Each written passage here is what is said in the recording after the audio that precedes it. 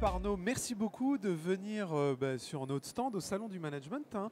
Et apparemment, chez International SOS, vous avez réussi l'exploit de multiplier les deals cross-border, alors c'est-à-dire le fait de faire des affaires pour des commerciaux de, par exemple, Thaïlande, en étant aidés par leurs camarades, je ne sais pas, de Houston, par exemple, ce qui est toujours très difficile de faire travailler les gens ensemble. Alors, il y a eu beaucoup d'éléments qui ont été mis en place. Quels sont-ils? Et puis peut-être un focus sur le management. Alors d'abord, quels sont ces éléments? Qu'est-ce que vous avez mis en place pour que ça fonctionne? Alors effectivement, chez International SOS, on est une entreprise multinationale déployée dans beaucoup de pays dans le monde entier. Et, et nous avions à l'époque une compétition très locale qui était grandissante.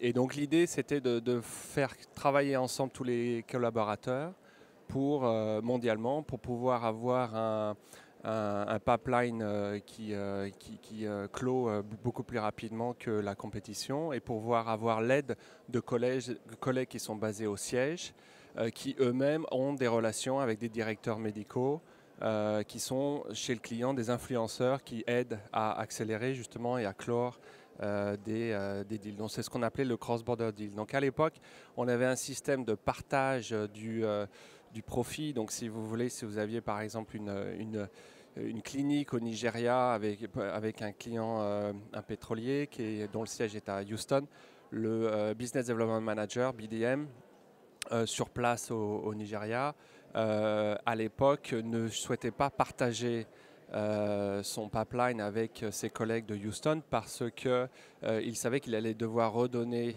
une partie du profit si l'affaire se faisait à Houston.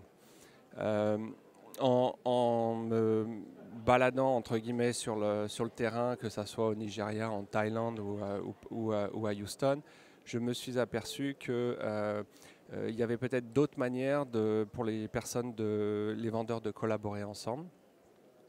Et un système d'incentive un peu innovant qui consiste en fait à rémunérer à 100% le BDM qui dans ce cadre-là est au Nigeria dans mon exemple, et avoir une sorte de budget de monnaie virtuelle au siège et donc de rémunérer séparément et complètement séparément le Business Development Manager à Houston et le rémunérer de manière satisfaisante pour qu'il puisse aussi s'amuser à faire des cross-border deals plutôt que de vendre que des produits locaux à Houston.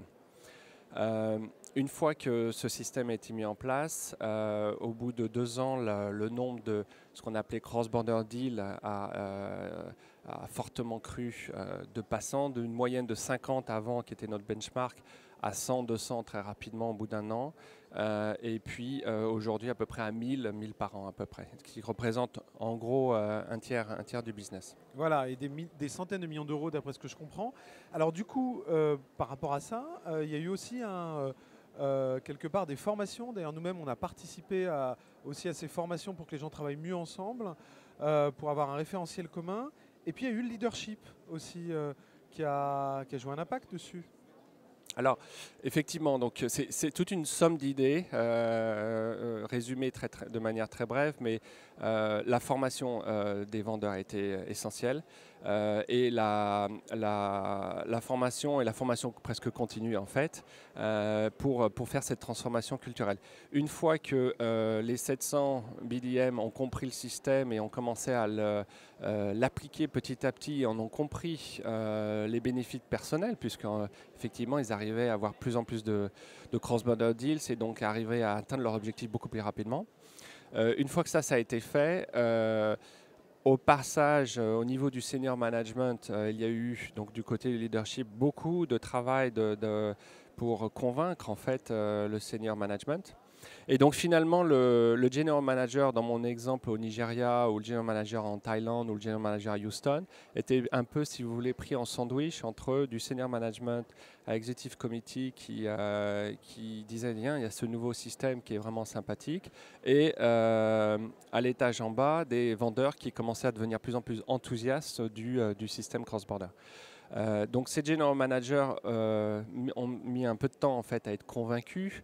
Un general manager par définition gère son PNL de pays et n'a pas forcément envie d'entendre parler d'opportunités qui se passent partout ailleurs dans le monde. Néanmoins, étant une groupe multinationale, il fallait absolument travailler pour des clients qui par définition étaient globaux.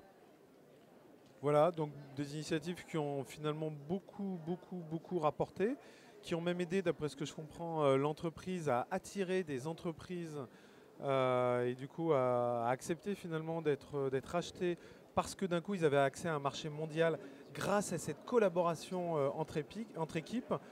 Donc que du plus en fait, hein, le travail collaboratif et le management derrière. Oui, donc ce système où on est passé fondamentalement d'une force de vente qui était multilocale à une force de vente complètement intégrée, complètement globale, qui utilisait aussi un CRM système Salesforce.com, est devenu aussi un avantage compétitif. Donc le point de départ étant qu'on avait des compétiteurs locaux, l'information a commencé à circuler de manière extrêmement rapide entre les sièges régionaux, les sièges mondiaux des clients et les sièges locaux. Dans l'intérêt du client d'ailleurs, qui était ravi de voir ce flot d'informations.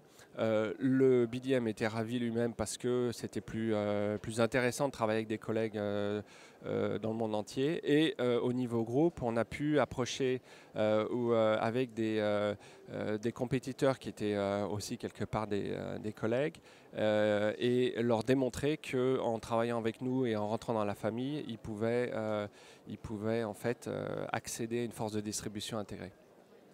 En tout cas, un grand bravo et merci pour ce témoignage. Merci.